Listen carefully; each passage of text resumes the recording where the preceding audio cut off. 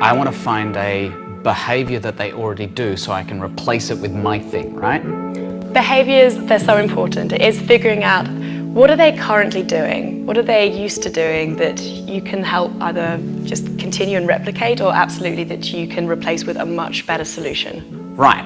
So in the template, we'll be writing down the 3 most important questions you'll need to research with your customers.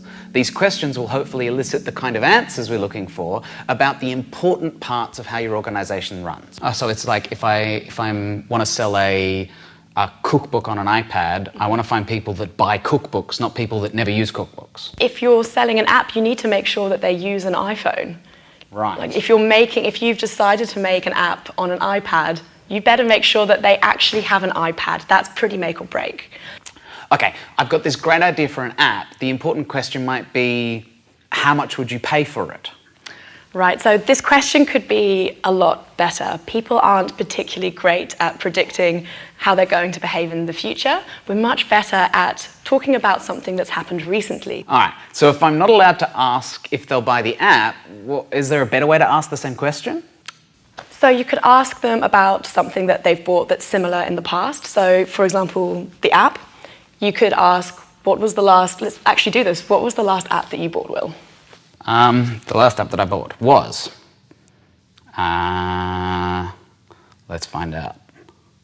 It was, wow, I just can't even remember, I had to look at it. It was WeChat.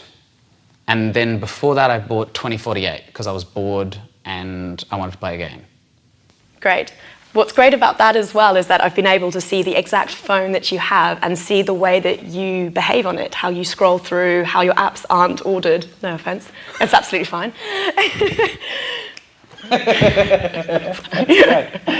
Okay, what about what I just did makes for a good customer discovery interview?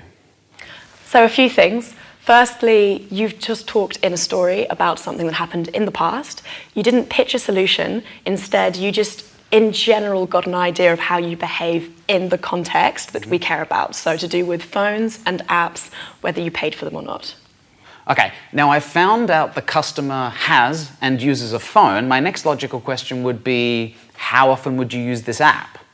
So in colloquial conversation, that's absolutely how we talk. However, in an interview, you want to really get the truth out of what the person actually does. It's much easier to talk in terms of the ideal self. So for example, how often do you go to the gym? You might say, 5 times a week. But if you say, how many times have you gone this week? It might be more like, I went on Monday and then I felt sore and so I had a pizza every other day.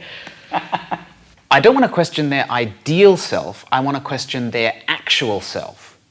What's the perfect question about buying an app in the past? So think around framing questions in words like, when was the last time you, tell me about the last time, what was happening the last time. So it's very much just making them go back to a story that happened recently, getting them to recall it accurately.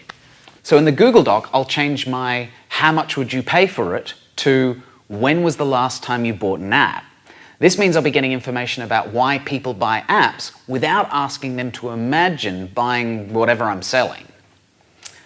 But what about donating? When was the last time you donated? Okay, cool. So I'm going to want questions that start with when was the last time you, or how often in the past week did you? Yes, absolutely. Cool. Okay, so we'll have 3 or 4 open-ended questions that ask customers about a specific experience they've had in the past, in the problem area we're interested in. How do I know that I've got a good set of questions? So you can do a little bit of a sanity check, go through your questions and just make sure that they're firstly not going to provoke just a binary answer, so the yes or no, and that they are going to make people talk about a true story from the past.